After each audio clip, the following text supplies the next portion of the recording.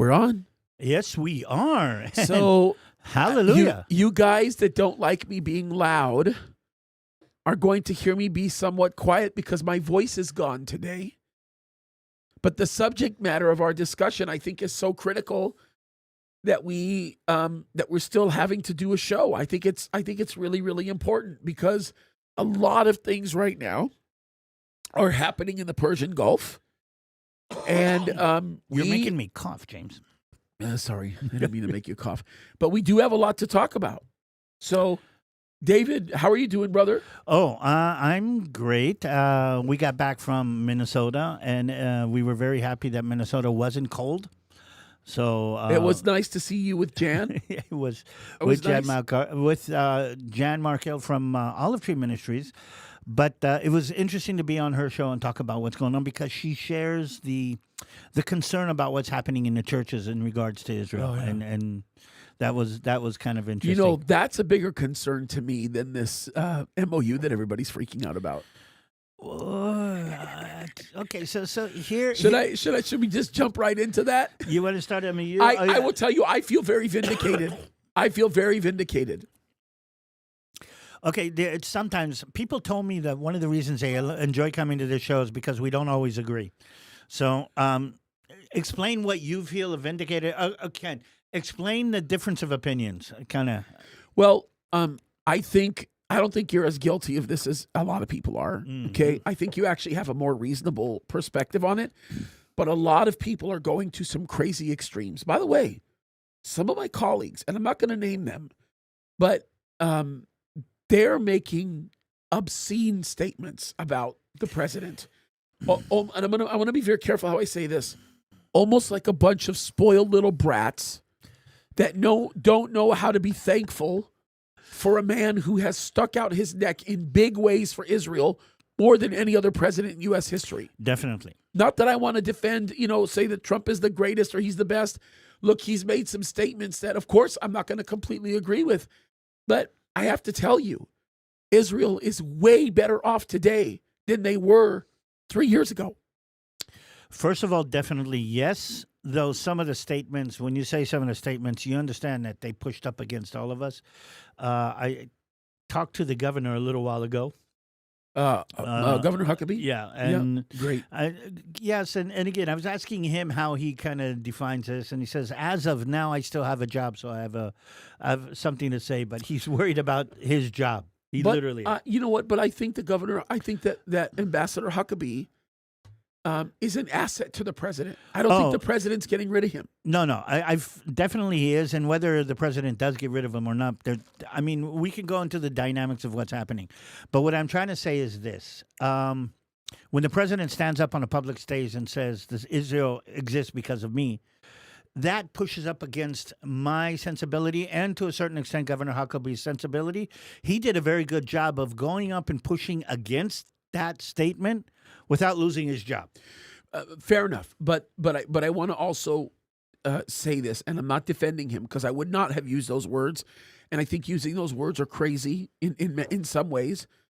Well, I wouldn't say crazy. I would just say they're not reasonable. Okay. But you have to understand the context. The context of him using those words is nuclear warfare. So his assertion in every immediate context when he brought those things up was, if a nuclear bomb goes off in Europe, if a nuclear bomb goes off in Israel, if a nuclear bomb goes off anywhere in the Gulf, everything gets annihilated. So he's saying, on his order, he destroyed the nuclear assets, and if it wasn't for him doing that, then everybody would be gone. I think that's more what he was saying. I just think it was a poor choice of words the way he said it. Not that I'm defending it. I don't justify it. I would never put it the way that he put it. By the way, I just agree. wouldn't. I agree with him. Yeah, I 100%. Did I ever tell you that one of the things that freaked me out, this is my personal experience on this one, I was driving down from Modi'in to Tel Aviv one day, and Modi'in's on the Judean hills, or halfway up the Judean hills, and there's this little rise that you go over, and you see all of the Tel Aviv basin kind of spread out, just like you come over and you see all of L.A. spread out, and you see the buildings in Tel Aviv, you see the airport. And as I was driving down that hill, something in my mind superimposed a vision of a mushroom cloud over Tel Aviv. Yeah. very realistic. I mean, so freaked me out that I had to stop the car on the side and kind of, I felt that I was looking at something. I mean, it was, and again, I'm not scary. into it, totally scary. And the realization that one mushroom cloud over Tel Aviv is the only existential threat to Israel that there exists. And I think this is an issue that the president has been keenly aware of. I also think, and I feel like I'm vindicated a little bit, because every single person in my space has been going nuts and saying that the president has turned his back on Iran. I think that, or turned his back on Israel. I think that's a crazy statement to make. Well, let me I get think into it's completely unreasonable. let Why? me let me Because he get into hasn't. that, James. Let me get into that. I want to finish where I'm going with this. Okay. By the way, it's true. When I was when I was It's true that he's turned his back on Israel. no, it's true that one nuclear bomb on Israel Oh, it would would destroy it. everything, 100%. When I was young, though, and let's see if I can kind of put this in context. You're still young. What are you talking about? When I was younger, okay, and more handsome, by the way. What I'm trying to say is that we were literally afraid. I think the gray makes you more handsome. You So think so? Christy agrees with me. Christy, if you agree, send me a comment. I think you're very handsome. But we were afraid of being wiped out by the Arab nations around us. Oh, I mean, yeah. I remember the 6-Day War. I'm 5 years old, and my mom and my dad sitting in the living room saying, "What happens if we lose this war? The state of Israel will be wiped out." I remember in 1973. I mean, the Syrians have crossed the border and they're not going to stop. And if we don't stop them, we don't know what's going to happen. And I don't know if you remember, in the beginning, we weren't stopping them. I remember as a little baby lieutenant, okay, on station on the road up to Jerusalem, from Jordan to Jerusalem, and there was a scenario that we were teaching us that the whole Arab world gets together to attack Israel. Those threats, those existential threats, do not exist anymore. The whole Arab world together could not put together enough military force to take on Israel from an existential point. And let's put something else on the thing. The 7th of October was meant to be an existential threat, but even that was not. Yeah, it was it was- terrible. that's right. It was horrible. It was horrific. But the state of Israel was not going to be destroyed because of what Hezbollah did, Hamas did. And I'm going to say even more. The state of Israel will not be destroyed because of what Hezbollah is planning to do in the north. Okay, so let's make. The only thing that would actually destroy Israel would be a mushroom cloud over Tel Aviv. 100%. But me and you both know that that's not going to happen. Yep. And we know that because we know that Israel is at the end of all of the Bible prophecies that we're talking about. Yep. So it cannot be destroyed. So if America, as in President Trump, is taking credit for that, credit for something that is end time prophecy, here's my problem. Now again, he's not a born again Christian, and I'm not going to hold him to Christian standards. But again, it does rub up against something else. But I don't even think that's the core of the issue. And I put up a YouTube video 2 days ago, basically that goes to Zechariah 12, verse 3. And Israel has become the stumbling block. And whether President Trump is or isn't, what I'm zeroing in right now, whether the agreement works or not, Israel has become the issue. It's become the issue on the world stage. It's become the issue in the negotiations between the United States and Iran. It's become the issue inside the MAGA movement, by the way. Israel is becoming the how do you say, the watershed ridge that you're either on this side or this side. It's become the issue between the left and the right. It's become the issue in Europe, and it's become an issue in the churches. And we're seeing this more and more. So again, President Trump with all of his things, and I am interested to hear how you think or this is going to play out, which it does not have Israel on the, I'm going to say the receiving side, okay? And I'm worried about something else. If I'm right and you're wrong, Israel will have to take matters into his own hands. And that is a bigger issue, I think, even than the whole Iran, Israel, Trump thing. Because when Israel takes the matters into their own hands, and maybe we can use Lebanon as an example of what happens if this agreement works, what happens if this agreement doesn't work, and what's going to happen if Israel decides to take it into its own hands. And that sounds almost prophetic. If we kind of play out the scenario of America making an agreement, Israel not upholding the agreement, and doing something that the whole world turns against them. There's too much that makes so little sense about this that screams how obvious this is. I've talked about this on multiple occasions. The president has a pattern that he uses in the Middle East. The pattern is predictable every single time. He's done this before. I've sat there when all of my colleagues are like, he's turned his back on the country, he's turned his back on Israel, he's turned his back on Israel, and he's done no such thing. And I believe that the bigger picture is being ignored because so many people are frazzled by the headlines. I don't know if you have been watching some of my videos recently, but one of the things I've been focusing on is training people in my audience to stop being moved by every headline that comes, to make better connections with the scriptures and find hope and strength in what the word says and what our future is going to be. Because right now, I hate to say this, bro, like I really hate to say this, but a lot of the guys in the Bible prophecy world are jumping on the look at the headline bandwagon, and they're all freaking out, when in reality, God is far more sovereign than for us to be freaking out like this. And I think we need to pay better attention to what God says is going to happen in the end, right? The end game. And then we have to pay attention to what is consistent with the leaders that are playing right now. I think the president hasn't changed one bit. I don't think he can be maneuvered by the GCC. I don't think he's movable by Netanyahu. I think the president is going to be the president. The president's going to do what he's going to do because that's who he is. And the reality of it is he is doing exactly what he's always done. He applies maximum pressure.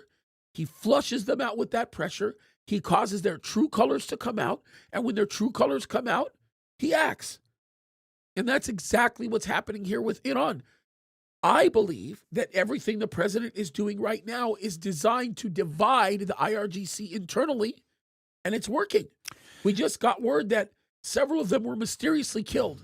Now it's either this morning that was either Mossad that did it, or it's one of the higher sections of the IRGC that did it. Either way, if Mossad did it, the president knows about it. If the IRGC did it to themselves, the president designed that to happen by the pressure that he was putting. Okay, so let's unpack it in a minute, and I'd say this. Okay, I'm going to say not argument. We're not having an argument here, but I think the pivot on this issue would be the fall of the Iranian regime. If the Iranian regime does not fall, then we're in one kind of situation. If the Iranian regime does fall and it changes, we're in another kind of situation. They're both bad.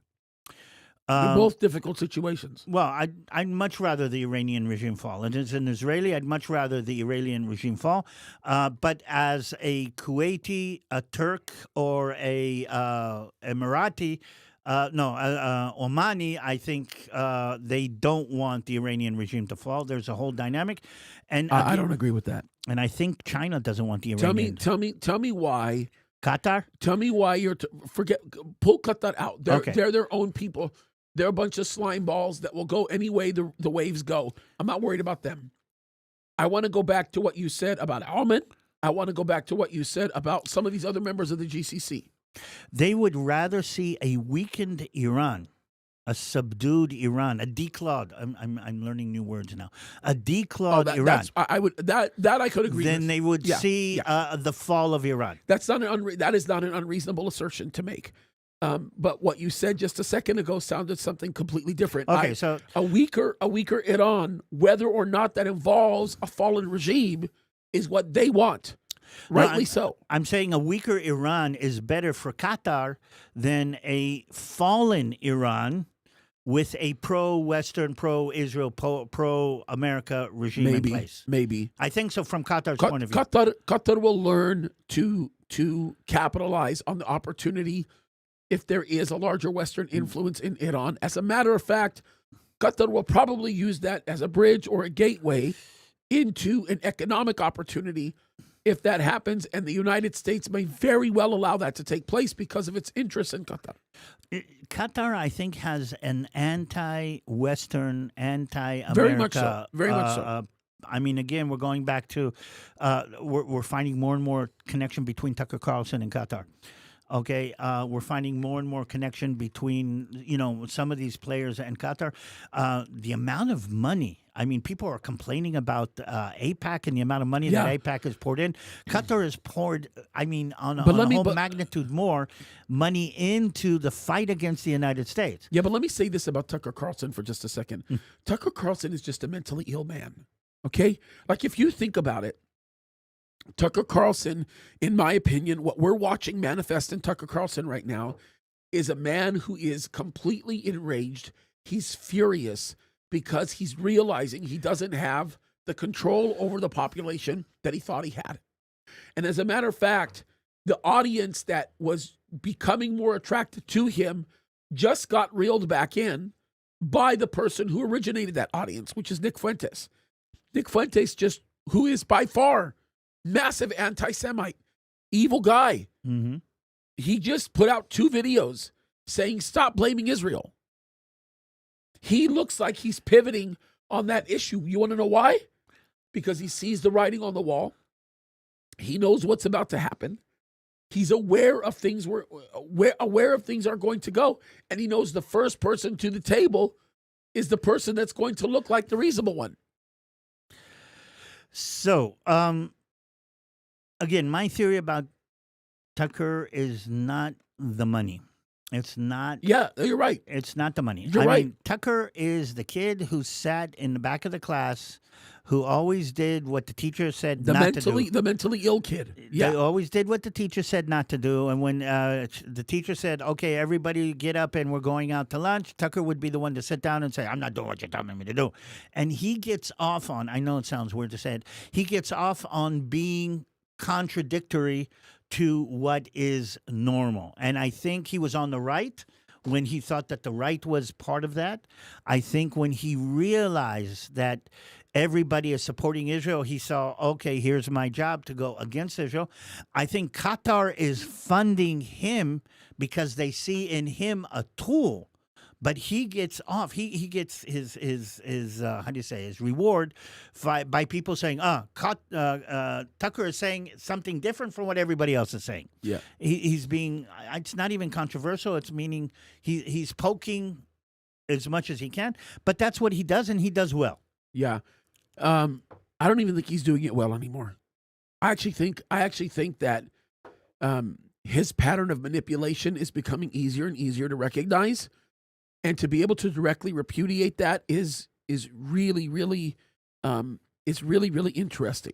By the way, there's another thing that we should probably talk about because it's being talked about in the audience here, and it is going to be a conversation, and that is what Trump is promising to Erdogan in terms of weaponry and a weapons deal, especially with the discussion of the F-35s. That's a whole other issue to be had at hand, but people are conflating the issues. They're saying that Trump's friendly disposition towards Erdogan means that he's turning his back on Israel. Nothing could be further from the truth. I need to bring Dolev, my son, into this, by the way, and just to put it into kind of context. And this is maybe a different direction from an Israeli point of view, and I'm hearing a lot more of the Israelis are saying this. Trump is looking out for American interests. And let's put it in a more, how do you say, down-to-earth way. He doesn't owe Israel anything. He has to look out for American interests, and he has to do what is in America's interest. Now, it was in America's interest to put pressure on Iran, even to use Israeli help on his wingtip together with his forces to put his pressure on Iran. That was in American interest. And as long as that was that, then that's fine. We're on the same path. The minute the regime didn't fall, and he is on his way to the midterms, and he's dealing with what's going on inside the United States, it becomes as important that the gas prices are as important. And from an American point of view, it's more important, okay, that he actually pulls out of the situation in the Gulf for American interests. And we as an Israelis cannot say anything about it. See, I disagree. I disagree. I think him pulling out of the Gulf would not be an American interest action. I think everybody knows that. Let me finish that. I'm looking at Israeli point of view. I'm saying he doesn't owe us fair enough anything. He owes the American people to do what he believes is the best for the American people. So reaching an agreement that is based on the MOU, okay, is in the interest, according to what he understands, in the interest of the American people. And we as an Israelis, I'm going to say this, I'm going to say to all the people that you're talking about in the world, we can't actually complain. Because when he was on our team, and this I'm kind of echoing what J.D. Vance says, when he was on our team and doing the things that we believe were in our same interest, we were all applauding. And now when he doesn't actually line up directly with what we term as Israeli interest, we should not applaud. So I'm going to say, go back to what I'm saying. The core of this is saying, as an Israeli, we don't believe that he owes us anything. The only thing that the Israelis have a problem with, and maybe this is going to segue into what we're talking about, when we get held back from doing what we believe is important for our interest because a difference of opinion with the United States.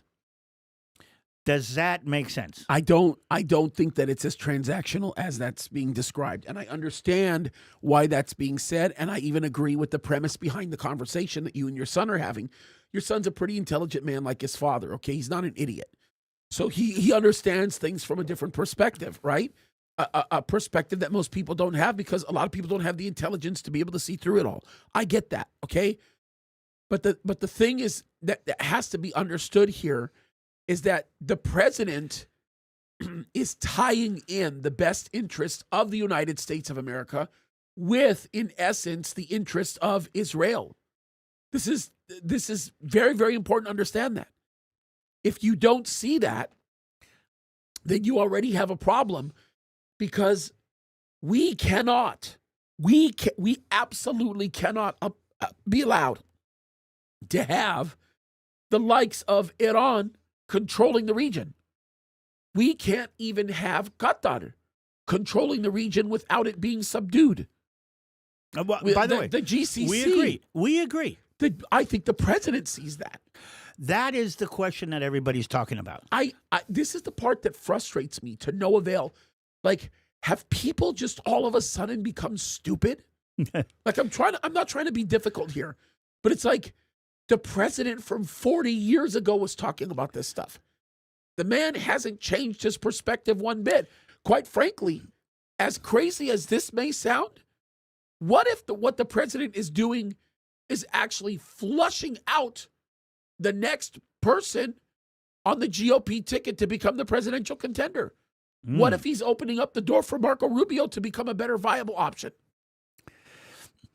By the way, do you understand that there's mega elections going on under the ground right now? And he was on the Rubio Hegseth team, and now he's tends to be more on the Vance team. I mean, look, the president will do whatever he can with his resources to affect whatever change he wants to put into effect. And he's smarter than most people out there to do it. I don't care what anybody says. The man has incredibly high IQ. Yep. Well, he's not an idiot. He's far smarter and way more ahead than the average person. if the media trophosphere is saying that the president is doing this, he's 10 steps ahead of them. Can I address something that's on the chat here a minute? Yeah, please. Somebody said here that secular Israel has no issues with the United States. On the whole, it's Orthodox Jews who do have a problem with Christians. I'm going to go into this very, very quickly just to kind of put it together. Secular Jews have no issue with the United States, but even Orthodox Jews, by the way, let me make this very clear, have no issue with Christians. The ones who do, they don't. The ones who do, okay, have a little bit of wacko-ness in their brain. But the vast majority, even of Orthodox Jews, and believe me, I know the Orthodox side very, very good, do not have a problem with Christians. They do have a serious problem with me. And just in a nutshell, did I tell you I went off to share the gospel at Venice Beach last week? No, I didn't hear that. Amazing. But before you share that, I want to say this. I want to reinforce what you just said for people that don't make the connection. They don't give a rip about Christians in Israel. They don't care about any of what they're more concerned with are Messianic believers. Exactly. Let me Jewish believers. Let me finish the example because this was very clear. We're there when we're sharing the Gospels, and there's New Testaments on the table in Hebrew and in English and everything, and people are walking up, and we're doing this. Up walks a Jewish rabbi.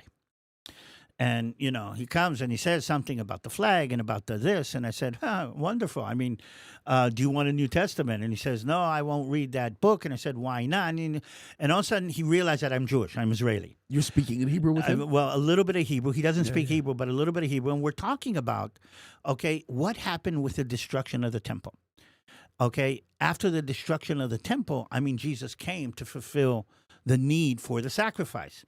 Then he comes and he says, no, it was Rabbi Yehuda. Now, see, we're having this discussion, but I want to stress, again, without going into all the details, at some point he looks at me and he says, you're a disgrace to your father, that's right, your grandfather, and your people. That's right. And I said, what about these people? And he says, no, they're goy. We don't care about them. They want to believe what they want to believe. They are not the problem. You are a problem much more for the Jewish people. I say, why am I a problem? He says, we're all a remnant, okay? And you're being taken from the remnant. And I want to stress something that most people don't really understand about this. The Jews who are followers of Jesus are, I'm going to say, the active ingredient for end times prophecy. Does that make sense? Yeah. Without that, there's no 144,000 on Mount Zion. Without that, there's no continuation. The Jews know that and see that as a problem. That's why they have no problem with Christians. And again, somebody spit on Christians in the Old City. It's stupid, it's idiotic, and it's childish. Persecution against the believers in Israel, though, the Messianic Jews, the Jewish followers of Jesus, is much, much harder and much, much deeper, which is why what I'm saying here, I need people to understand that. And when you pray for Israel, pray for the remnant of Messianic Jewish believers in Israel. They're the ones who are going to bear the brunt of the criticism that the Jews have against the world. They don't have a problem with Christians. They like Christians to a certain extent. They do have a problem with us as believers. I think the bigger issue here is exactly that. And I despise the type of comment or the rhetoric that says that Christians in general are hated by the Orthodox community for that very reason, because that is the anti-Semitic trope that gets thrown out there that causes a whole bunch of people to have a different view about Israel. And I think that that's just outright wrong. Again, I can't help but say Zechariah was so clear. We're going to be a cup of drunkenness. Yeah, that's right. Yeah. And look at how people are walking around like drunken idiots. Did you hear about the Algerian football team that blamed their loss in the World Cup to the fact that Messi is being controlled? Messi is an Argentinian, probably arguably one of the best soccer players in the world right now, and they were blaming him of being run by the Jews. And again, we are a cup of drunkenness. He threw his team. Just the Advent stupidity It's just, to me, it's just remarkable. It's again, it's. I want to say this, and maybe this is something. People are stupid according to what they have in their heart. I don't know if that makes sense what I mean, but you probably understand what I'm talking Oh, about. 100%. They have something. They have their something in their heart, and then what comes out is stupid, but it's based on what they have in their heart. Yeah. And maybe a good example is what I'm trying to say is I was trying to figure out, why do people hate the Jews? I mean, what? I mean, how come the Spanish Inquisition? I don't. Did you hear Erdogan actually mention the Spanish Inquisition today? I don't know if you heard that. No, I didn't. Okay, so How did he mention it? In what okay, context? Side note. Let's see if we can we go all over the place, don't we? I assume he's talking about the Jewish expulsion. No, well, yes, but it came up because the Israeli government, Bibi, decided to officially recognize the Armenian genocide. What? Yes. When the did this Armenian happen? It happened yesterday. What? Yes. So the Jewish state, who has suffered the most terrible Holocaust in the Wait, world. does anybody realize You want to explain it? how big that news is? And that might be the biggest news that we have heard probably in the last 2 years. I don't know if I put it on that level. I mean, would. He is spitting in the Turkish face, something that we have tried not to do until now. How does he do that without isolating Azerbaijan? Well, again, I don't know all of the details. I know that they passed a law we need 3, votes for any law to be passed in the Knesset, and they brought it up and they passed it on the first vote. Wow. Okay, so how did we get to this? Erdogan reacted to this. Yeah, you think? Yeah. So one of the things that he did bring up is, the Jews are just doing this because they did such and such in Gaza. But one of the things that he mentioned is that the Turkish Empire never was colonialist. Like, they didn't conquer half of the world. I mean, they were beaten down on the outskirts of Vienna in Austria. Like, that's not colonialism. He said that Iran never, the Turkish Empire never slaughtered and killed people. I mean, let's go and talk about that. Forget about the Ottomans. But he said that the Ottomans and the Turks were always open to other minorities, including to the Jews who were running away from the Spanish Inquisition. I mean, that's just laughable. You're stupid. I'm sorry. Not you. You know what I mean? You're stupid if you come to that. But again, these are how things kind of interact and intermesh. And again, we are a heavy stone for people to pick up. Look at J.D. Vance trying to decide how to pick up the Jewish stone.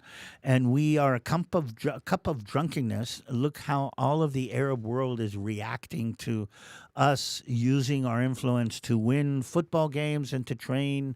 What are we training last time? Sharks and, oh my God. It just so much wackoness. And I actually had a conversation with somebody the other day who says, but everybody knows that the Jews run the world. Everybody knows. Do we live in a world of monkeys? And again, when you push back against it in any way, shape, or form, he says, well, I really believe it. And I said, okay. So what? You really believe it? It doesn't make it true, you monkey? Yeah, I said, okay, give me some evidence. Give me something. I mean, look what's happening. Oh, yes, this and this and this. It's all about this. But people who want to believe these kind of things are the same as people who want to believe that the world is flat. And, I really believe the world is flat. Yeah, okay.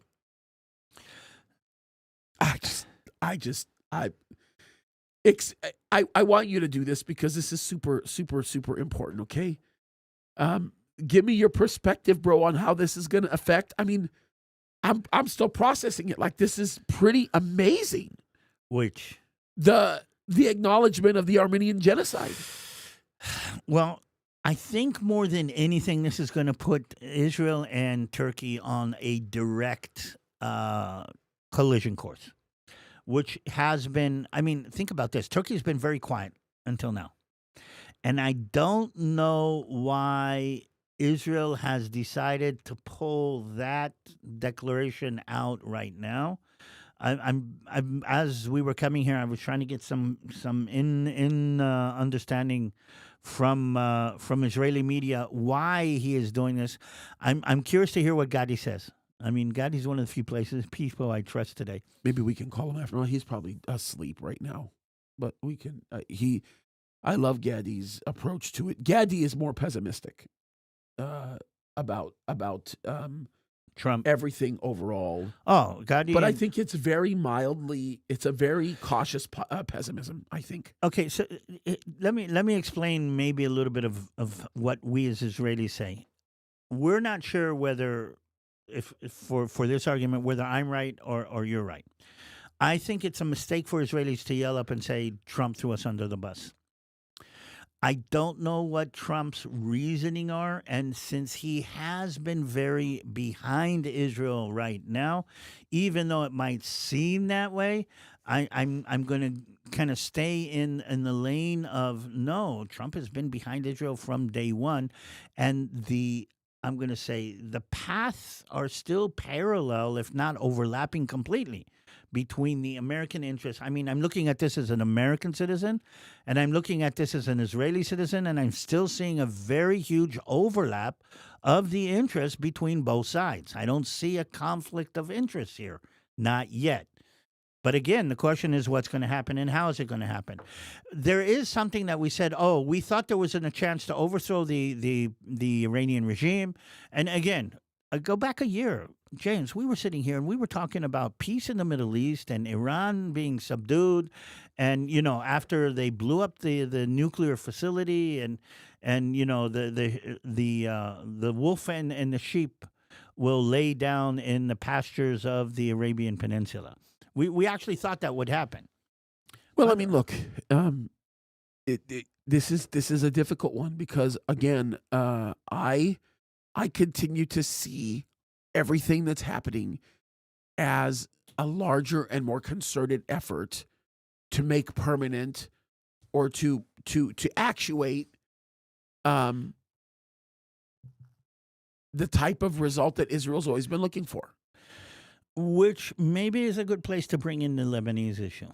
Yeah, that's a big one. Let's talk about it. Okay, does everybody understand what happened? I mean, or do we want to go into that? Let's talk about it. I think that's important because I will tell you this. I don't know if it's as shocking as the Armenian genocide issue, because I'm still just blown away. I'm more shocked by that than I was when Bibi inserted himself into the Western Sahara issue. You remember that? Yeah. I'm more shocked by that than I am with what they did with the Baltics. The Lebanon thing is probably at that level. It might be at the same level of killing Nasrallah. It's a big deal. That agreement is a big deal. Almost impossible. Like, if you were to tell me Aoun is going to sit down with the whole contingency of diplomats and sign an agreement with the Prime Minister of Israel, especially the Prime Minister that is Bibi Netanyahu, it's unthinkable. No, they've been trying to do it for ages. I'm telling you. It's unthinkable, and it happened. So you want to go into the Armenian before we go into the Lebanese, or let's do the Lebanese thing. The Armenian. Well, go to the Armenian thing. During World War I, according to a lot of historical sources, about a million Armenians were genocided. That's righteously true.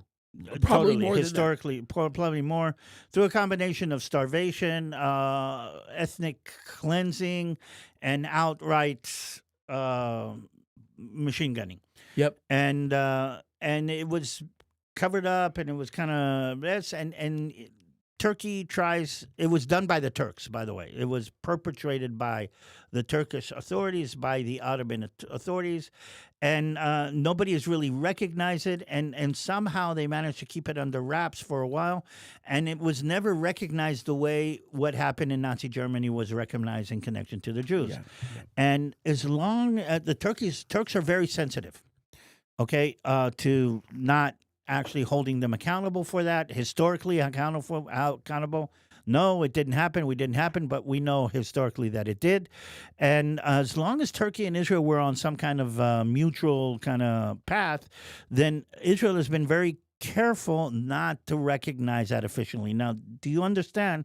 For us as the Jewish people, where we have a Holocaust Remembrance Day, not to recognize the Holocaust of another people is a political issue. And there's been a lot of flack against Israel that they don't accept, okay, the experience of an Armenian people. I think it was also about 1/3 of the Armenian people at the time, 1 out of 3 Armenians. Anyway, so that's the historical preset. Now, Israel's been careful not to do that until now, even though there was... Explain why Israel has explicitly denied acknowledging this. This is very important. Okay, because of the political situation with the Turks. I mean, this is something that when you do that, you kind of completely break any interaction with the Turks, because this is actually accusing them of something and accusing them of covering up something at the same time, which is why Erdogan said what he said. He said, you Jews should be thankful to us that we accepted you after the Spanish expulsion and the whole Inquisition thing. And I think the fact that Bibi and the Israeli government has said, okay, we are going to officially recognize that, is that we are officially putting ourselves on the warpath with Turkey. I think that is the change that's been made. Okay, explain why this becomes complicated with Azerbaijan, because this is also a big deal. Well, I'm not sure how the Azeris kind of connect to that. You probably know that better than I do. Okay, so for those of you that might not know, the Azerbaijanis are very close and very loyal to Israel. They have been for quite some time. The development of that relationship has been remarkable. It's shocked a lot of people. Okay? What's been interesting is Azerbaijan had a lot to do with what happened with the Armenians. So if Israel were to acknowledge that 1.5 million minimum Armenians were genocided, slaughtered, killed, it would put their relationship with Azerbaijan in great strain. You know what I'm beginning to think? Yeah. I'm beginning to think that a prerequisite had to be handled in order for that declaration to be made. And I think that prerequisite was the peace between Azerbaijan and Armenia. And I don't know if you remember that, but that was something that the president worked very hard with. That's very interesting. And he used Bibi, by the way, to help with the Azerbaijanis. I'm beginning to make that connection now. So, okay, so let's take this a bit further. Azerbaijan and Armenia sit on Iran's northern border. 100%. Yeah. Okay, geographically. Yep. According to, by the way, who else sits on the Iranian northern border? The Kurds. Multiple, yeah, the Kurds. The Kurds.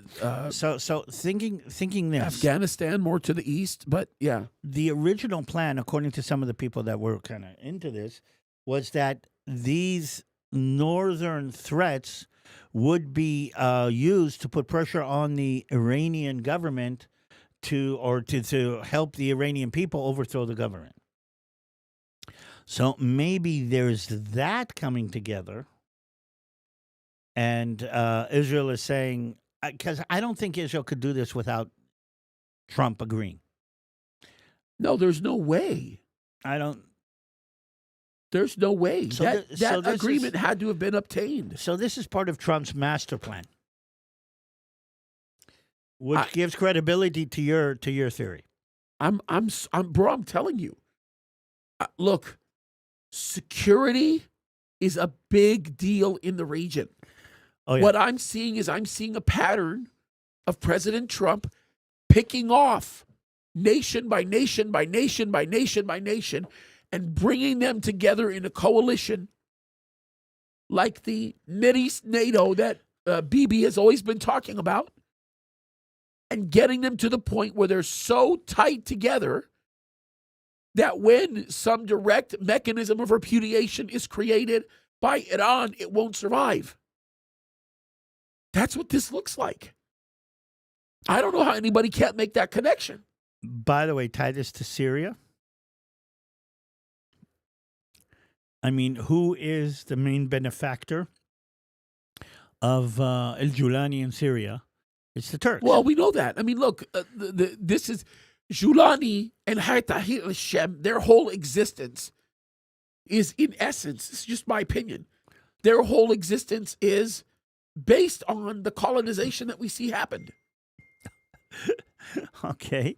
So as we're going in that direction, I want to tie what President Trump said about Syria and the Hezbollah. I mean, what did you think about that statement? That Israel should let the Hezbollah, Syria take out the Hezbollah. I think that it was the same kind of stuff that the president does on a regular basis. Well, it's creating the mechanism of deniable culpability and inflaming people to kick them off their toes. Okay, so because let me tell you exactly what happens with this. Remember the pattern that I talked about? He places maximum pressure. The pressure forces people to come out and say what they're going to say and do what they're going to do.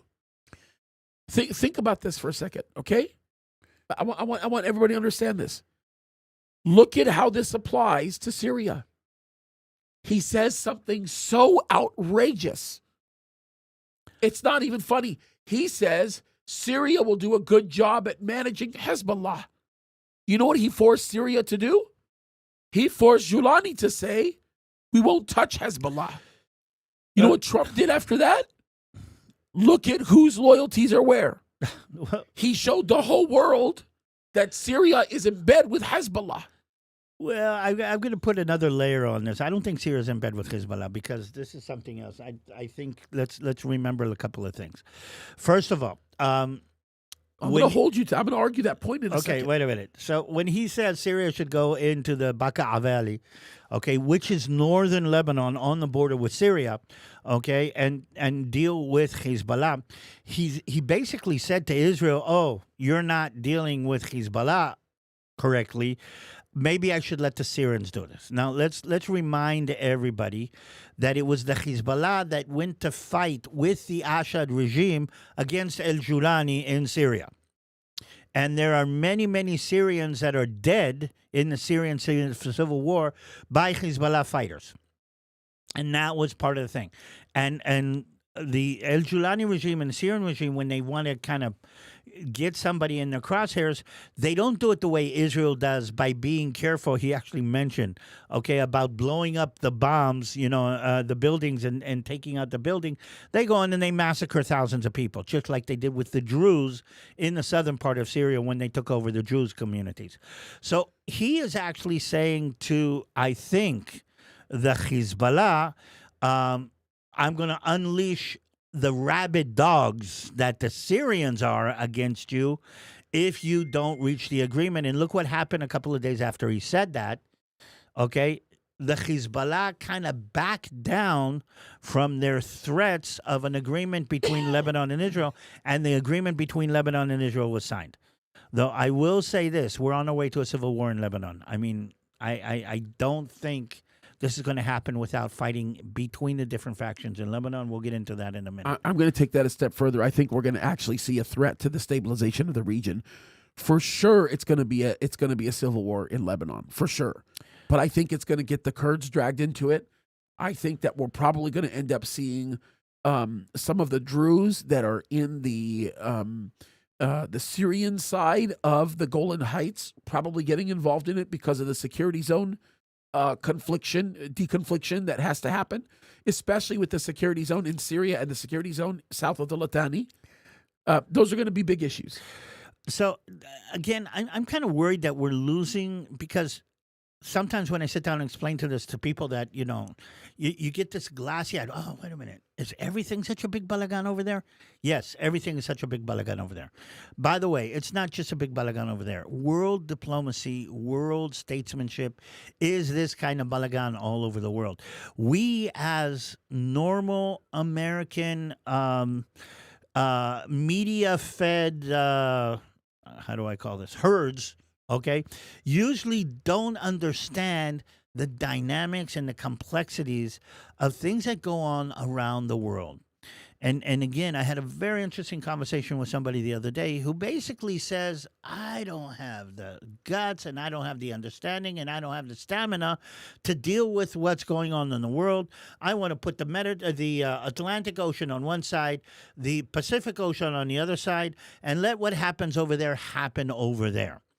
And I think there is a whole group of people in the West who actually see it as that way. We don't want to deal with it. We don't want to deal with the evil that thrives in some of these places. We don't want to deal with the anti-Westernism, anti-Christianism, anti-liberalism that is actually deal. We just want to stay over here, ride our jet skis and play our games, and we don't have to deal with it. And maybe the I'm going to say the theme of what I've been kind of dealing with or talking about lately, and I don't know if Pastor James will agree with me on this one, is that if you don't deal with evil, evil will deal with you. Why would I disagree with you on that? No, I mean, That's a very, very true. And we have had always in the United States of America and in the West this appeasement. It's easier to appease. Okay, it's easier. I mean, they're not really evil; they're just misunderstood. Let's just talk to them and agree with them and appease them, and that way we can solve the problem of not having to deal with the evil that is there. And I'm going to say this very clear: that is so non-biblical. You don't appease evil. You don't find an arrangement with somebody who is so anti-biblical and anti-evil. I mean, you don't appease somebody who says death to America on a regular basis and uses that as a policy. And again, I'm kind of weirded out that people do. Yeah, I'm with you. But our society has turned into a society of appeasement. Yeah, I'm with you. And it's not only in the politics, it's also in the way we deal with our internal problems. It's also in the way that we deal with families breaking apart. Let's appease. It's also how we deal with minorities. I mean, okay, so my kids saw a drag queen in kindergarten yesterday, and we can kind of feel okay about them. It's not evil. It is just people with a different understanding of life. And it's also, I'm going to say, sadly, in the church. Of course it is. The appeasement, the idea that, okay, Jesus loves everyone, and it's just the fact that they see it differently, or again, we can kind of accept the fact that they're saying, okay, things like genocide, okay, or the fact that somebody has a different idea about his sexuality than what God decided is going to be his sexuality, then we have to understand them and we have to accept them and we have to see them and we have to feel them, and again, this is something that I think is a core, for lack of a better kind of term, a core rot. Yeah, I agree. It's a mind rot. It's a mind rot that is spreading to every other way. 100%. And again, I'm trying not to sound like Chicken Little, okay? The sky is not falling in. What's happening is the rot is spreading in all the different parts of the society, in our politics, in our churches, and our understanding. And for better or for worse, by the way, that rot was expanding inside Israel. Oh, yeah. But I think to a certain extent, Israel's turned back on this. The people in Israel, as a result of what happened, okay? And we're seeing the rise of people like Kaddis, by the way, who's become very famous. I don't know if you know, but his star is rising in Israel right now. I'm very proud of Gaddy. Well, here's the thing. Gadi was the opposite of the rot that was actually in our legal system in Israel, and some cases in the military, and in some places. And again, our discussion about Trump Yeah. is where is he on that scale between dealing with evil the way the United States did in the past and appeasing the evil that it seems like I heard J.D. Vance say. And that's the question that we're talking about. And let me make this clear. I don't believe either side of us is completely right. The question is where in the middle we are. Yeah. I think Gadi is leaning more on the pessimistic side of all of this. But I think he's very much like you. He has a very intelligent and reserved pessimism. It's not the type of pessimism that we're seeing a lot of these Can I help your side? expert prophecy guys come up and say the world is falling. It's a very calculated, cautious, intelligent pessimism. It's the type of pessimism that comes from a lot of years of pain and a consistent awareness of how the Jews continue to be treated. But I'm worried about my optimism. Okay, and let me help your side of the argument. Did you understand? Have we talked about what happened in Lebanon or what's happening in Lebanon? No, we haven't talked about that yet. And I'm going to tell you this right now. The moment Bibi came out and made the announcement about Lebanon, I felt immediately vindicated. I felt like my point was made. Okay, one of our main arguments last time me and Pastor James kind of, I'm not going to say clashed, but pushed against each other on this one was if the United States of America holds Israel back, that will be a different dynamic. Meaning, again, America does what it needs to do in its own interest, but holding Israel back from taking care of its interest is, I saw a serious problem. And then out comes this announcement of an agreement that is being, okay, and again, the example of holding Israel back is that the United States actually put Lebanon into the first section of the MOU. On purpose. Of the MOU, basically tying between Lebanon and Iran as far as that is concerned. And we as Israelis saw that as, okay, then this is the United States in the name of its interest with Iran, telling and tying the hands of the Israeli security to look out for the defense of its people in southern Lebanon. Which, by the way, if you believe that now, you're nuts. There we go. If you believe that now, you're a complete cuckoo. Which is why the agreement that Which was I, by the signed- way, never believed that. Well, here's the thing, and I'm gonna give you a little bit of ammunition for that one, and I'm gonna push back on that one also. Okay. But basically, the agreement in Lebanon, and let me go into the agreement that was signed in the United States between Israel and Lebanon. I kind of pulled up the different portions of the agreement, and I'm going to say it like this. The state of Israel and the state of Lebanon have decided not to fight each other anymore. They realize that there's a problem. They realize that there's a threat. But listen to the first, part of the agreement. Israel and Lebanon affirm each other's right to exist in peace. Both express their desire to live securely as two sovereign neighboring states. Okay? And then, number 2, the restore of the sovereignty to the Lebanese government, meaning dismantling of all non-state armed groups, trying out pilot zones, areas that are under Israeli control right now, because we were attacked from there, saying we will give it and hand it over to the Lebanese army. Okay? Disarmament of all militias. This is part of the agreement. Authority over war and peace. Listen to this. Lebanese government confirms that only the state has the authority to decide matters of war and peace.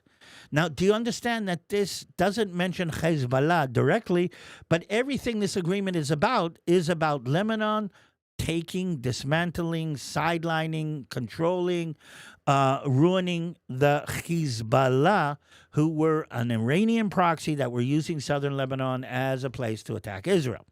That was the pretense of this, and all of these agreements are from that place. All of these, I mean, a shared vision. Lebanon commits to strict milestone-based plan, enabling the Lebanese army to achieve militia and secure, and the United States will mobilize all of the international. So basically, if this agreement, or this agreement as it is written, is what Israel's been asking for from day one. Disarm the Hezbollah. Do not use territory in southern Lebanon as a means or as a territory, as a staging area to attack Israel. That was at the core of this. And if this agreement holds, then they have to dismantle the Hezbollah.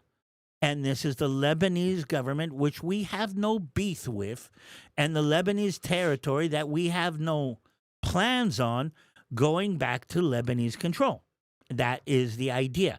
So if this agreement holds, and this agreement was instigated by the United States, and it goes against Section 1 of the MOU, because this is done in, in disconnect from the MOU that actually is in the Gulf states. Okay, now I'm going to go back and I'm going to see that, and I'm going to add something, and I'm going to tell you why I feel so vindicated. Okay, if you remember when we were arguing this at first at the little conference that we had, I said we don't know what we don't know, and I said that the reason why, at minimum, not at best, at minimum, Israel was not included in the MOU is not only to provide deniable culpability, but to provide leverage to Israel on an issue that is related to something bigger. And I want to make myself clear, because this is critically important.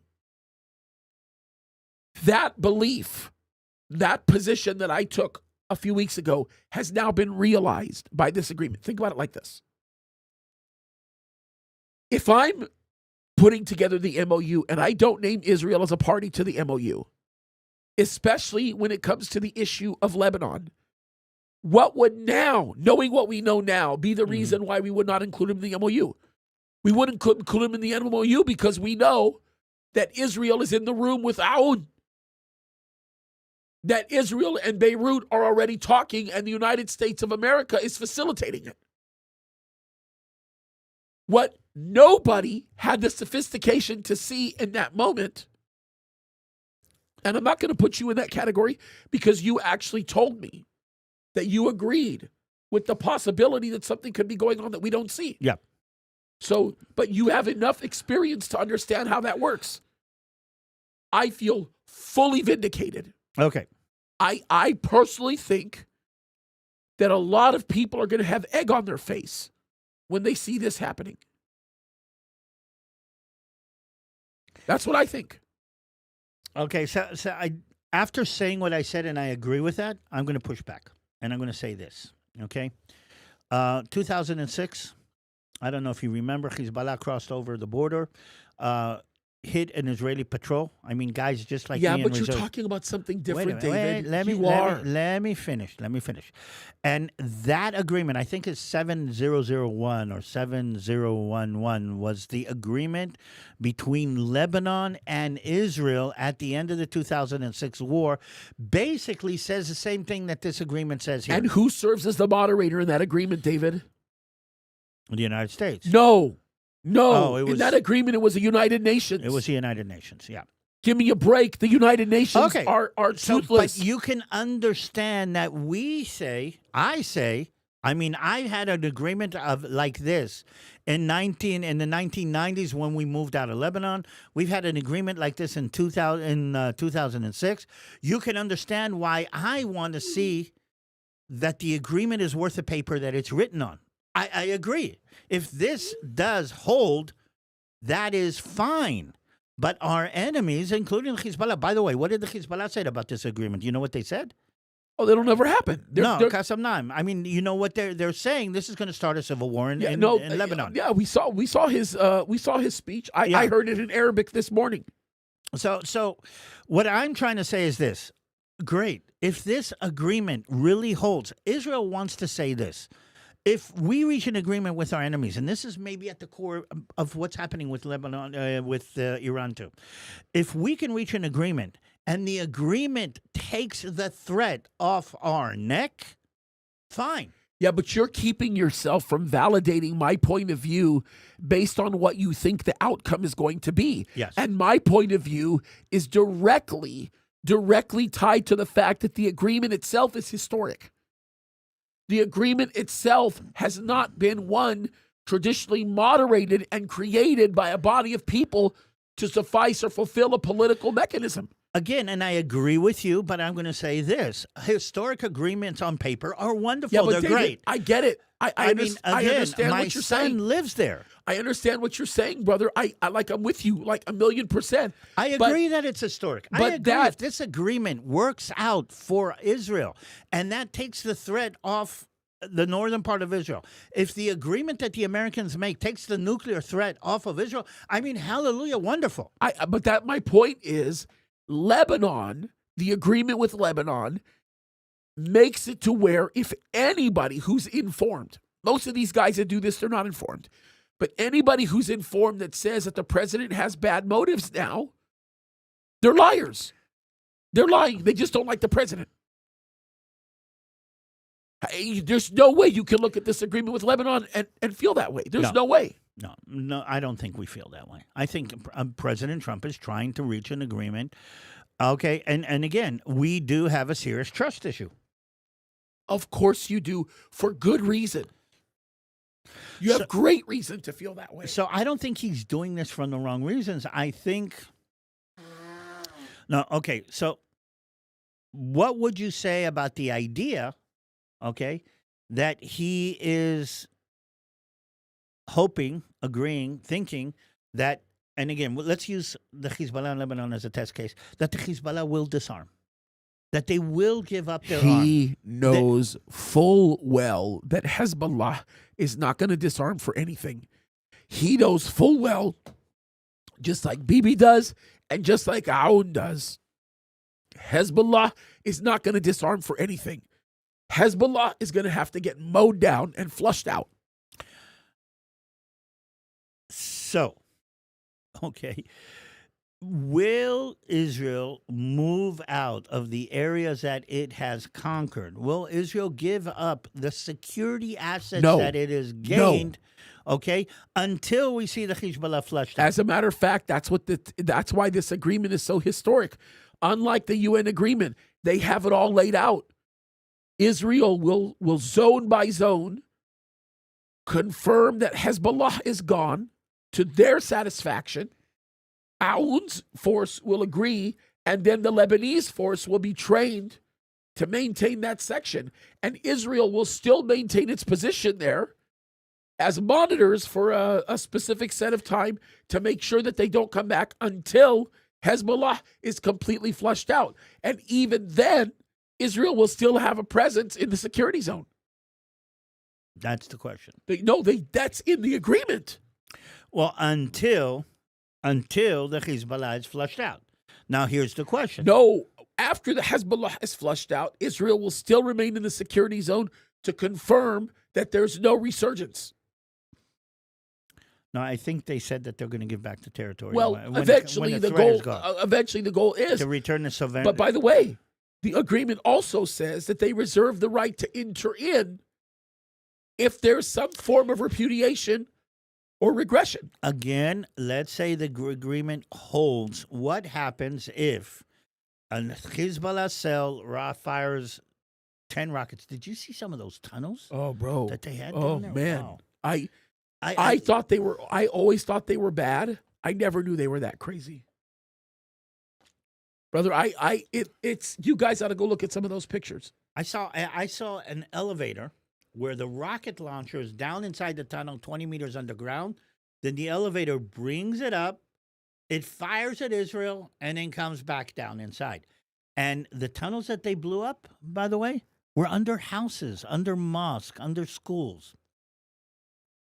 We had another 7th of October being put together on the border with Lebanon. That's what they were planning. They saw. I mean, God knows that if they had gotten their I know don't want to use the military. If they had gotten their act together and pressed this button, both in Gaza and in Lebanon at the same time, Israel would be in a very, very dire straits. Thank God they didn't. I mean, I'm blessing, Sinwar, that he was such an idiot on that concern. Yeah, Yahya Sinwar. What a name it's so good that I haven't even heard his name in a long time. Do you know why they pulled off the 7th of October on 7th of October? Well, yeah, of course. The Nova Festival. Yeah. That was the main reason. Yeah, that was the thing that they said forced them to where they felt the urgency to just act on their own, thinking that everybody else was going to join them later. It's crazy. I'm telling you, I think that this is historic. I think it's historic. Well, again, if Lebanon becomes an ally for Israel and it pushes Turkey back across, that means Turkey will not have influence in Israel. By the way, Lebanon. By the way, just FYI, do you know that the agreement talks about some form of normalization with Israel? Yeah. I mean, it's amazing.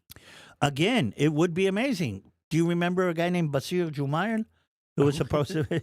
I mean, he was amazing. Man. We thought it would be great. Come on, bro.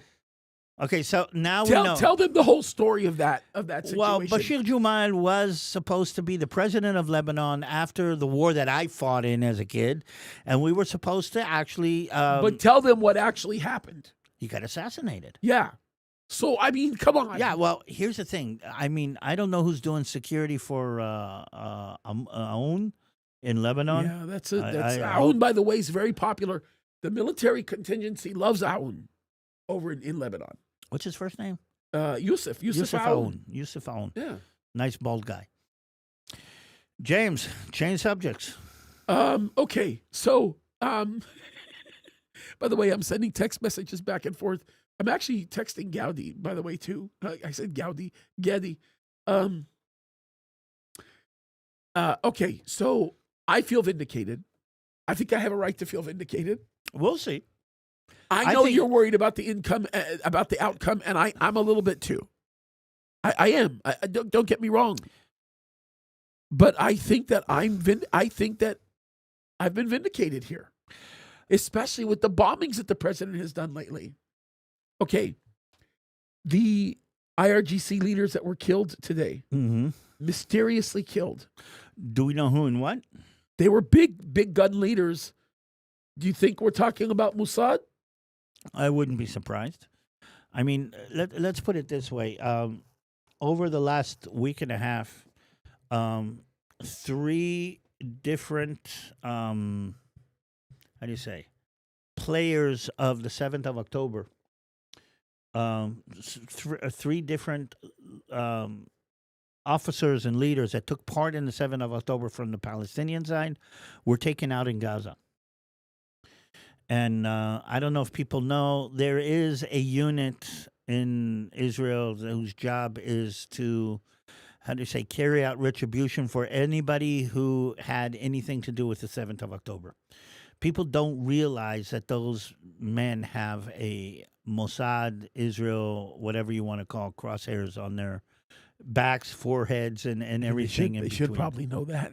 I mean, and they're dead. So here's the thing: if anybody expects Israel to accept, and here's part of the thing: the world says, okay, accept these. I mean, quit trying. No, we will not accept. You do this to Israelis. You do this to Jews. By the way, you do this to Jews, you will pay the price. I mean, never again is very serious for us. So things are happening. The underground war, it's not so cold, between Israel and Iran is not going to end when the United States of America signs an agreement. Let's make this clear. There are going to be things going on.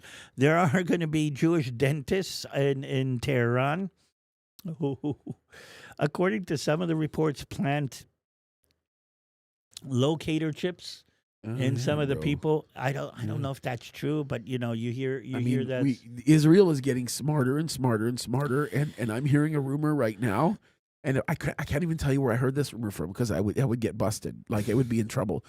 But I'm hearing a rumor that there may be some things in play that'll make Grim Beeper look like nothing, look like a little toy game.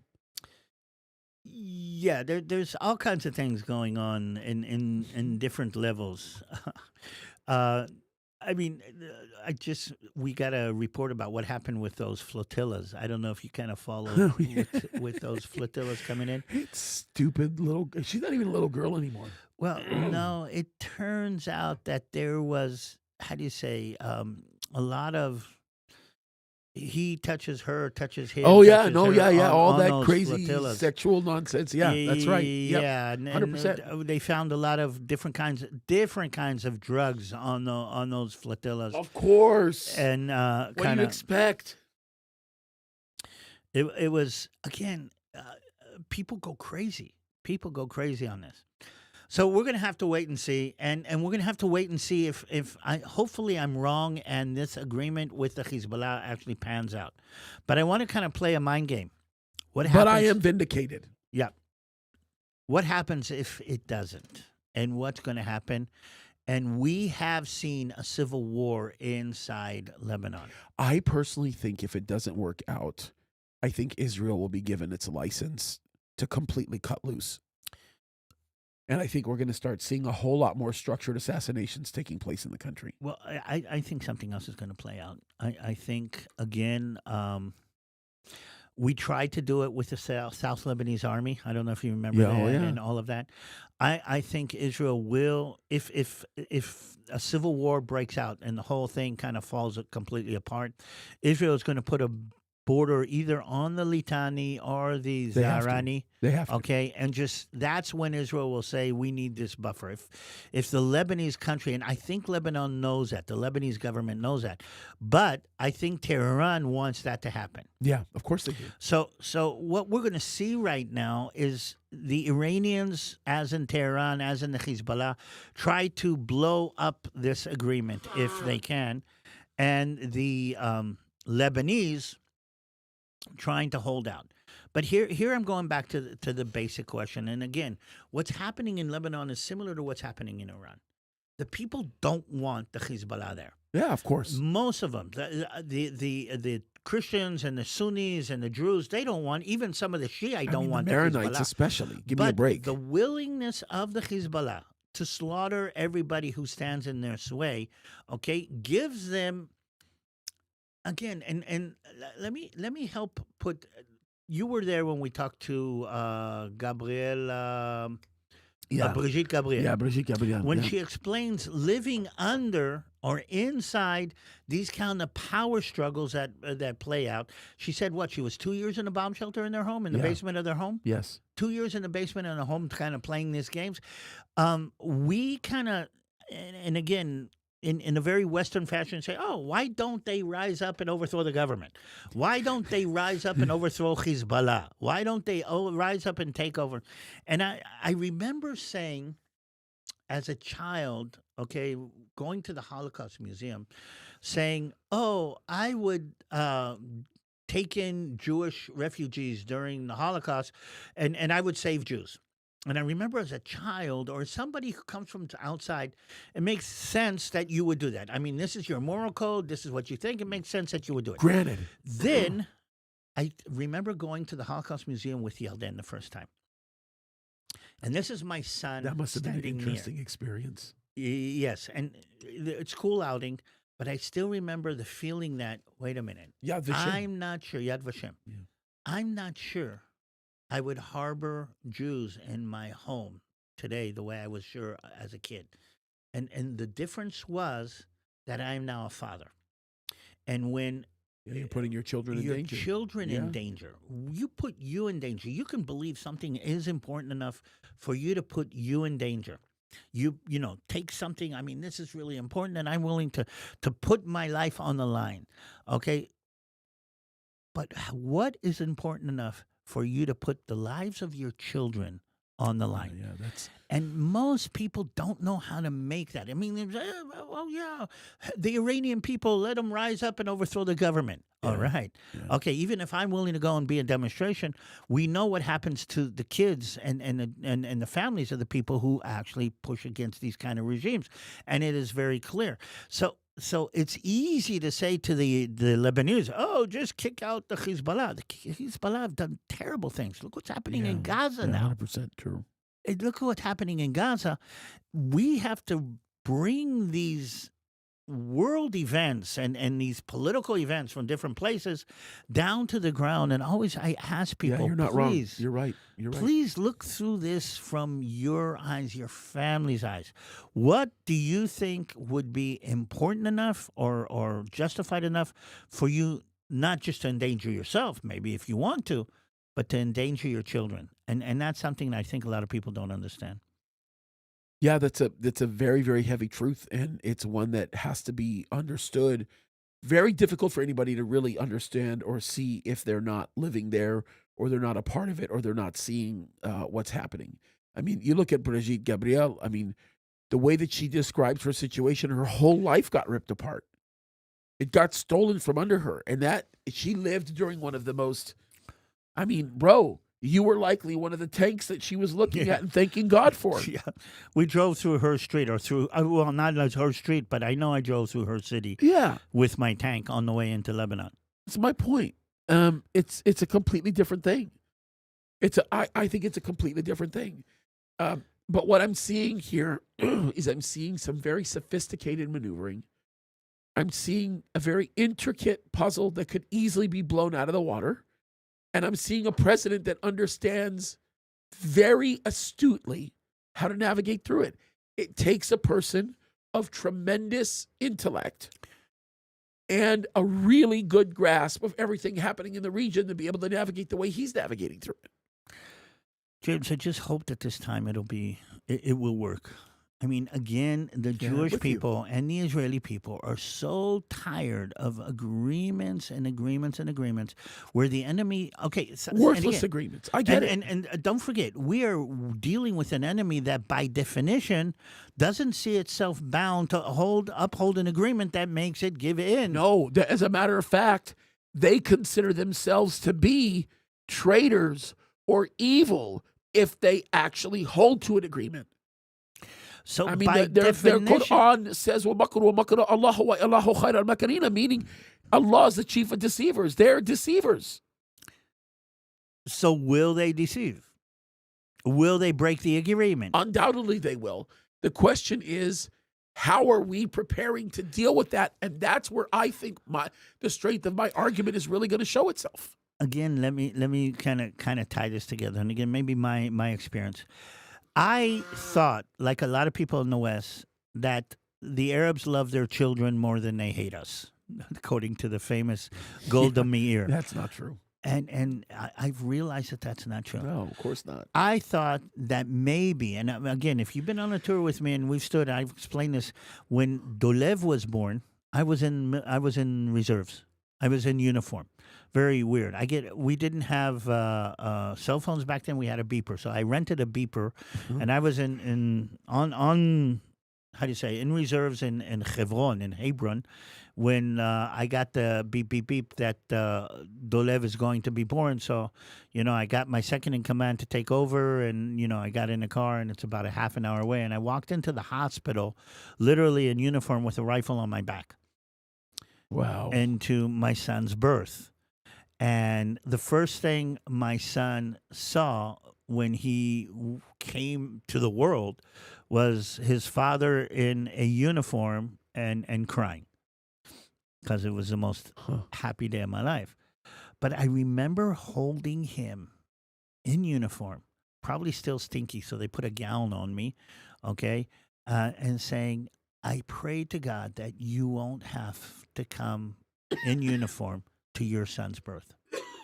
I pray to God that this will be over. Yeah. And I would say that today I feel that my son's been in the military. My grandsons, if they give me grandsons, thank you, God, will have to go through this.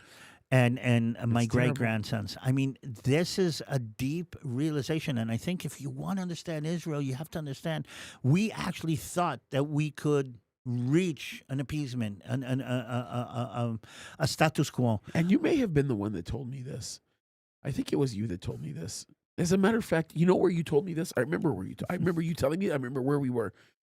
If you remember the trip before the one I took my wife on, it was the year before I married my wife. Maybe a couple of years before I married my wife. Me and you decided we weren't going to walk through Yad Vashem. We stayed out. Yeah, We stayed out. The only reason why I walked through Yad Vashem the last time we were together is because I wanted my wife to go see it, right? But we're standing out and we're talking about never again, and we're talking about, all this very important stuff. And you said, James, he says, the average American will never understand this. No. And I said, what specifically won't they understand? Because I think I understand a lot. He goes, no, James, let me explain this to you. He says, when an older generation Jew who lives in Israel goes to a younger generation Jew who lives in Israel, they never ask the question of if they're going to be in a war or what's the possibility. The question is always, which war was yours? Mm-hmm. Now, most Americans won't understand that. But if you're a Jew and you live in Israel, you understand that. Because every single person, unless you're part of this elite, I know better than everybody, and I'm going to use the Bible as my excuse to not serve, unless you're a part of that group, every single member of Israel, every single Israeli Jew is a veteran. serves. Yeah, they're a veteran.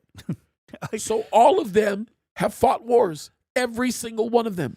And they don't ask themselves, where did you serve?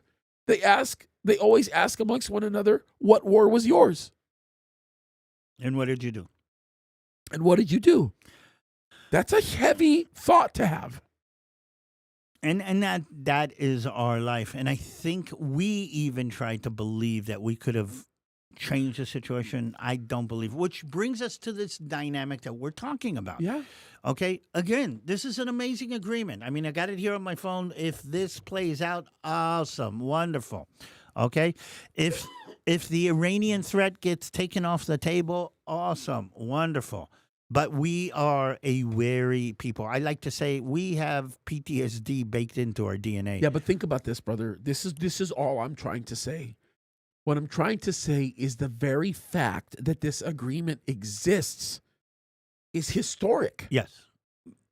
It goes far beyond anything that we've experienced in the past. That in and of itself is worth acknowledging. And then on top of that, the day after, 2 days after, the Knesset votes for and agrees under the leadership of Bibi to acknowledge the Armenian genocide. Come on. That was amazing. So I think this week I'm going to have my eyes on Lebanon very, very strongly. Yeah, 100%. Okay, and very, very kind of acute, because the question is, will the Lebanese army step up and take out the Hezbollah? And do you think they can do it, James? I'm worried that they can't. I think Israel can do it, and I think that the soldiers will be trained to be able to hold the fort and keep them out. I think Israel could do it. I'm going to pull up a video, and maybe I shouldn't do it like this, but I'm going to because I think it's really interesting. I have to find it first. But I'm going to find a video of me talking about how Lebanon is the area that we need to watch. And by the way, when I did that, that was 2.5 weeks ago. Really? Yep. And I made several videos, by the way, where I talked about this. Not just one. Several videos. Let me see here. One of the things that I find fascinating is the fact that my nephew sent me a picture from Lebanon, and it's the same valleys and the same hills that I remember as a kid. Oh, isn't that funny? Yeah, just kind of. Okay, I'm going to find this video because it speaks very clearly of the same issues that I've been talking about from the very beginning. And I think that this is this is big. I don't think it's small. Okay? Okay, here we go. Yeah, I think this is the one. Yep, this is the one. Okay, I am going to locate. You have to find the chapter that deals with this. And then I'm going to put it on because I think it's worthwhile. By the way, this is a good place to put up questions if you want us to kind of react to something before we get going. David's going to look for questions because I think they're really important. Here we go. Okay. I know exactly where to go with this. Okay. Now, before we do this, what I do want to do is this first. I want to show you how this video starts. Okay. I want everybody to know that this video is not like some manufactured video. This is how this video starts. Okay? Just all good. Actually, you know what? I don't think I can actually, you know what I can do? I'll tell you what I can do. I could do this. I could show this to you guys because I have to do it without playing the music because then we'll get hit with a copyright issue. So let me play the beginning of this without any music. Okay, so that you guys can see this. Let me do this here. Back, and then let me do this. Let me see here. Okay. Here we go. Watch this. Okay, look at the beginning of this video. Okay? Here we go. Let me see. Oh. Oops. I can't do that. Okay, here we go.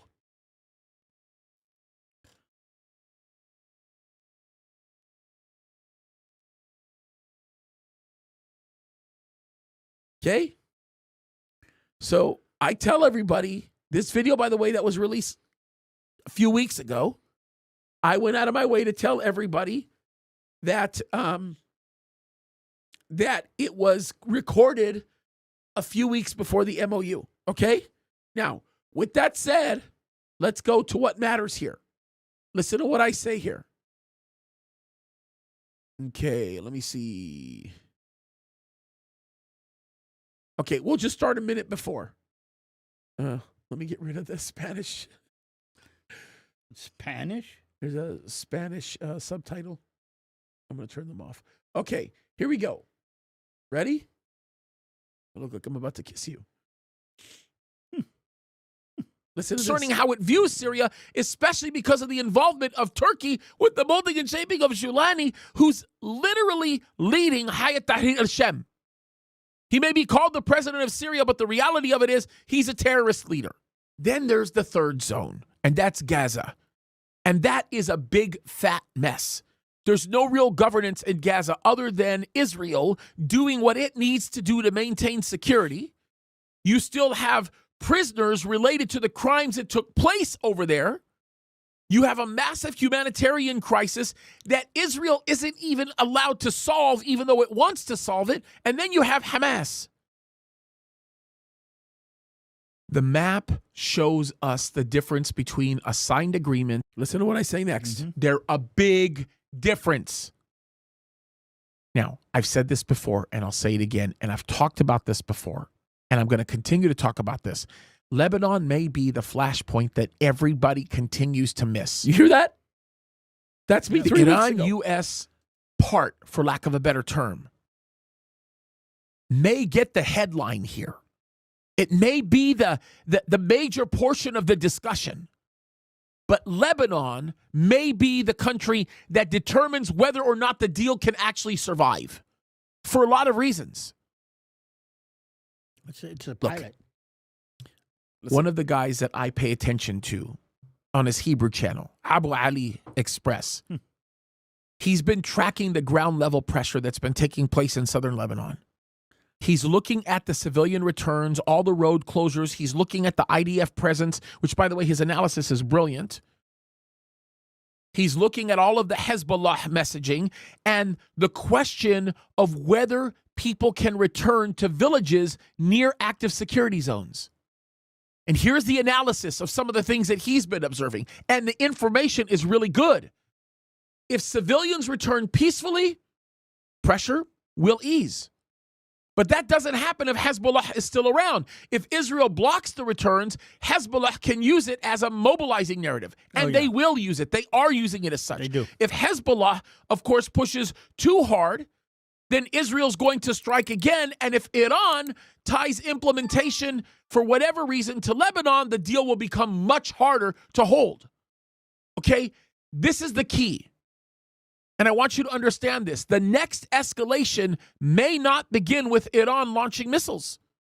I need you to see this. It may begin with a village or some kind of a roadblock or a flag, something like that. I'm telling you, some return convoy in southern Lebanon. It could be something like that. And I think there's where the bigger danger is.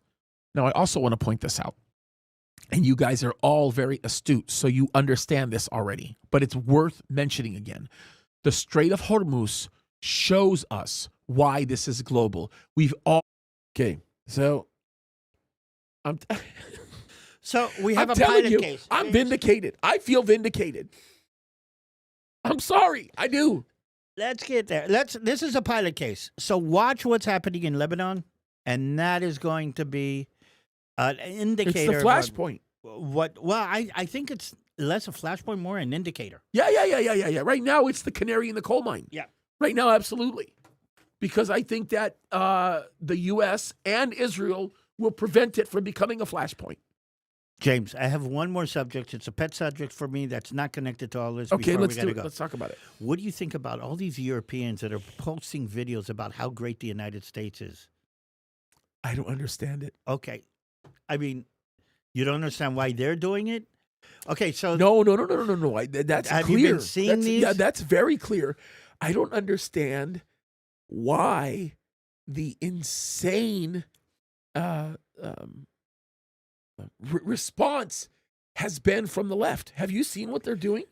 Well, with first that? of all, I'm enjoying watching these Europeans who've come for the World Cup. It's Walking around hilarious. America, It's hilarious, hilarious. saying, America, we're Look at how sorry. beautiful. You guys don't know what you have. Yeah, I apologize. All my life I thought it was terrible here. You don't know what you have. You're an amazing country. People are so friendly. It's all wonderful. And then walking around saying the exact opposite of what the left is saying about America. I know. These Europeans who come from European. And the left says, okay, where's it better to live? Oh, in Norway. And the people from Norway come and say, it's so much better in America. But that's the thing that I don't get, bro. I just don't understand it. The left is given a beautiful way out by this. And they're doubling down. They're doubling down. No, this is terrible. These people are being brainwashed. Trump is making them say this stuff. You hear those statements? Yeah. And I'm saying to myself, you got to be kidding. I mean, where does this come from? Where do you get this hatred? And the fact that these Europeans with straight faces are these, some of them coming from African countries. I know, bro. I mean, and my wife loves ranch dressing. They're all, they're obsessed with the food. They're obsessed. Just look at how, and here is, and I want to use this as an indicator. Again, you've heard me and James say that we're on the battlefield. The battlefield is being fought on the field of the algorithm, for lack of a better word. Yeah. There is a concerted dynamic to vilify the West, to make everything in America look terrible, to Yes. like everything in Israel to look terrible. It's true. They do it with all kinds of ways. I mean, I've seen a couple of videos about how people buy up, 50,000 bots, and then they create a dynamic. But on the other hand, seeping through the cracks of the stream coming through on the social media is an anti or let's say the truth is seeping through the cracks with the use of social media. And as bad as everybody says America, I hate America, I hate America, I hate America, these Europeans coming through, and I think the algorithm wasn't ready to catch them because the algorithm was actually tuned to to put down American pro-America voices and to raise up American anti-American voices. And these Europeans come with IPs from France and from Belgium and from different So countries. satisfying. And the algorithm doesn't know how to filter them out because they aren't Americans. So satisfying. And they come out with this pro-American. And what I'm trying to say is this. You can make a difference. You have a tool in your hand that is a weapon in this battle. This is the tool that you have in your hand. You can be a part of this battle. Make a movie about the things that you think are right. It doesn't have to be highly, I mean, there are people, I mean, they're going and eating barbecue in a Texas barbecue. Or they're going into a Chick-fil-A and saying, ooh, look at these, there's verses on the bottom of all of these Europeans. You can make a difference also. Just use the weapons that God has given you. This is as much a weapon as anything else. And put out the positive, Bible-centered, Western-centered, pro-America, pro-everything. You can do it just like they can do it. Yes. And I'm watching this happen with the Europeans, that it's all over the place. It's gone viral in so many ways, okay? There is a way to bring out the right word. And again, I'm asking you, our viewers, and I know you're there, but to use what God has given you in this battle against everything that we hold, everything that is being fought against. Amen. There's a lot to say there. Okay, I'm going to read a few super chats, and then we've got some questions that have come in. Yeah. We'll take some of those questions. But let me go ahead and do this first because I know we got a lot of them, and Brad's probably going to get me in trouble. I just know the way it goes. But with that said, and I always mess up. Let me see. Oh my goodness, there is a lot here. Okay, Brad, a Christian, went to a job interview and was asked where he hopes to see himself in 5 years. And his answer, raptured. Well, that's not funny. That's good. Okay, next one. It's going to probably get wise, right? The wise guy is going to come out. An interview. Let me see. In an interview, Kami Mamdani stated he didn't believe the Constitution should be amended to allow him to run for president. Less than a year in public office and a great liar. Another one from Brad. Prior to October 7th, many teachers, including you two, said Israel would become a major issue in churches. Y'all are getting ready to record Randy Travis's I Told You So. And may I join y'all? You're right. Badger Girl for God, you say, Brother James, please get some sleep. Yeah, that's what this voice is all about. I would agree with you. Number 2, pray without ceasing. Number 3, Brother David, I'm glad I know you, even though I bet you were a great baby Lieutenant Tank Commander. Pray without ceasing. Number 5, Maranatha. We love it, Badger Girl. You're awesome. And then she also says, I think SCOTUS doesn't have the right copy of the Constitution. Can someone send Witkoff or Kushner to negotiate for the correct copy? Yeah, I think you're right. I think that they got one ruling correct. The other one was terrible. The other one just gave China a massive victory. That's a whole other one. I can't believe they ruled that. The whole birthright citizenship. Did they not study the whole slavery? That's just such a mess. Okay, waiting on the Lord, you say if civil war ever broke out in this country, the conservatives would win because the liberal Democrats don't believe in weapons. Well, they'll believe in weapons when it comes time to hurt people. They're going to get there. Yeah, look what they did to Charlie Kirk. It's terrible. Hey, Pastor James and Brother David, what a great switch. James is as quiet as David, and David is as loud as James. It's true. Thank you. Wow. Truth Hurts Media is with us. Dude, you're amazing. He's a great guy, by the way. Super great guy. If you've never looked at his channel, you should look at his channel. He's somebody that I have a lot of respect for. Really, really good brother. He definitely fights for truth. We love you, brother. Thank you. I'm glad you're watching. Didn't even know you were watching today. Okay, Bartchan, you say love your voice, James. Now we can hear David too. It's cruel. Man, talk about a European that's gone mad. There you go. No, we love you, bro. We love you very much. Okay. I didn't find any questions. Oh, let me. Dean Give sent me them some. to me. He sent them to me. I'm certain I have them. Hold on. Let me look here. Oh, there's only one. Okay. Why in the world is Trump considering sharing the F-35 program with Turkey? Okay. So Uh, there's a lot. Okay. There's a lot of nuancing there. It's a big deal. Curious to know what your thoughts are on this. I think he's trying to keep Turkey at bay.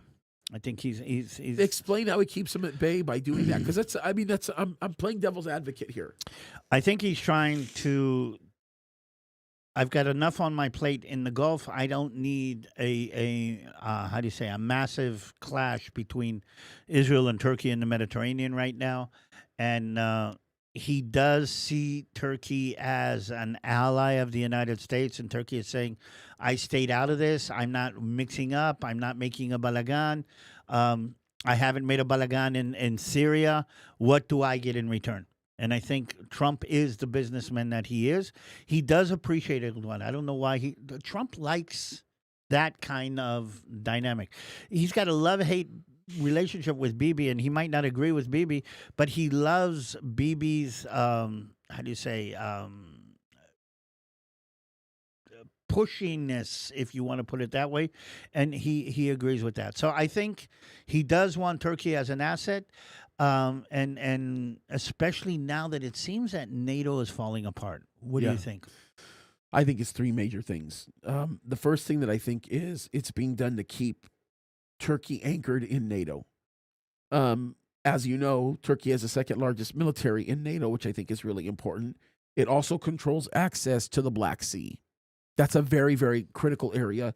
Of course, we know what it borders, and Washington fears, I think, pushing Turkey towards China. Now, speaking of China, the other reason why I believe the F-35 program is being considered, and Trump's going to probably do something like this, is to separate Turkey from Russia. I think it's the president's attempt to do that. Why? Because the reason why they were expelled from the F-35 program is because of Turkey's adaptation of the S-400 battery that Russia had, okay? The idea was if we give Turkey the F-35s, they will figure out a way to utilize or modify the S-400s in order to shoot F-35s out of the sky. Okay? I believe the reason why the president is wanting to waive the F-35 program in front of Turkey is so that Turkey will capitulate to getting rid of the S-400s. Now, that's kind of a catch-22 because that would be the condition for them to receive F-35s, and Turkey would be willing to do that. Okay, I'm going to throw in something that kind of think is, we realize that the S-300s that were in Iran and the S-400, and basically I think the American Western military establishment is much less afraid of Russian-made anti-aircraft systems than they used to. That's right. And it's not as much of a threat as it used to be. That's right. So I think that by them getting the F-35 program, Turkey would absolutely be willing to get rid of their S-400s. It would create a bigger separation between them and Turkey, and it would be viewed as a win by the president. But I think the biggest obstacle to all of that is Congress. I don't think Congress will approve it. We'll see. Okay, next one. Let me see. Do I have any other questions? I think that's it, actually. Yeah, I think that's it. We got nothing else. Okay, any final words, brother? Oh, all eyes on Lebanon right now. Okay, and we should see. By the way, I just have to throw in here, nobody's talking about Gaza. I know. Nobody's talking about Gaza. And there's so many things about Gaza that are a big deal. Not only that, the world's forgotten about Gaza all of a sudden. And again, the world football is something. I just want to add on maybe one thing that I'm seeing about the football is that, and again, I don't know if you've been watching the Egyptian games. Yeah, some Um, of them. Somehow, football allows the Muslim world to raise its head. Yeah. Oh yeah. They get all shufuni. How do you say that? They get Competitive, very all excited. yeah. Look at we're Yeah. here on the world stage, and there's something about soccer in the World Cup, and just for all of my American friends, I love American football, but this is on another scale, another level. It's true. The amount of money that this World Cup makes, and the amount of, I'm going to say, crooked soccer officials that are making billions off of this. Oh yeah. Okay, Oh yeah. is above a whole magnitude above what any of the American sports do, and maybe this is something. But I will say this: Trump very wisely, he's the one who fought to have the World Cup here. And for all of the reasons, Very America smart. He's so is smart. America is looking amazing on the world stage as a result of all of this coming in. And again, I can just take my hat off of him, off for him. I mean, hope I it mean, continues. even the things that he's doing that surrounds this upcoming weekend, all the games that he's doing, the cage match in front of the White House, all of that stuff is in line with what our founding fathers wanted. Did you follow the thing about the game between I think it was the Egyptians and the Algerians during Pride Month in Seattle? Is this the one where they all refused to do the flag? Well, they wanted to get FIFA to outlaw the pride flag Yeah. at the Right. games, Yeah. and Seattle said no, we're not outlawing. So the Algerians and the Egyptians had a football match, soccer match with a lot of pride flags in the arena. And again, it's so hilarious how God puts these jokes together sometimes. And they just don't realize. Go over there. Go to their countries with your pride flag. Let's just see how long you last. In Egypt? Come on. You think Do you you're going to last? But, James, are there no gay people in Egypt? There's no gay people that are alive in Egypt. Or if they are, they nobody knows they're gay. Do people in the world understand that? When you come with your liberal kind of ideology and you say, No way. Islam doesn't tolerate that stuff. yeah, you see pride I just saw somebody Do a pride parade in downtown Gaza. Go ahead. no. Even do a pride parade in Jordan. Go ahead. Or in Syria. Or Go to even- Damascus and do a pride parade. even in more, how do you say, less militant. Go to Malaysia. Go to Singapore and do a pride parade. It's amazing to see how this is happening. We haven't even talked about Islam in Europe. I mean, this is getting Oh, bad. it's getting really, really bad. It's worse than I've ever seen it before, So- than I've ever heard of it before. Pray for the people on the hills of Lebanon this week. I mean, really, really, if there's something in my heart, all the people that are being played as pawns in this horrific game. When I rode into Lebanon the first time, they threw flowers and candies on me, and I still remember You were Lebanese. viewed as the heroes. Yeah, Lebanese father saying thank you. I mean, the Syrians were doing this to our daughters and that to our wives, and you've saved us. But then the hatred for Israel kind of becomes stronger than anything else. Yeah. Again, Zechariah. And you know what? More than ever, these churches need to get off their duffs and speak the truth. Amen. They need to take a stand for righteousness. And I'm going back. If again, I'm allowed to do this. If you have a pastor or somebody who wants to talk about Israel, I mean, just send me a message. I will go anywhere to speak about Israel. I mean, totally. I mean, that's what we're here for. Yeah, and he does a good job. All right, you guys. We love you. David, you want to pray for us? Yep. Okay, let's do it. Avinu Shebashamayim, toda, that we can sit here and speak your glory in a way that gets spread to so many people. Thank you for all the people following us and listening to us and hearing us and commenting and donating. I mean, I just want to say thank you for this abundance.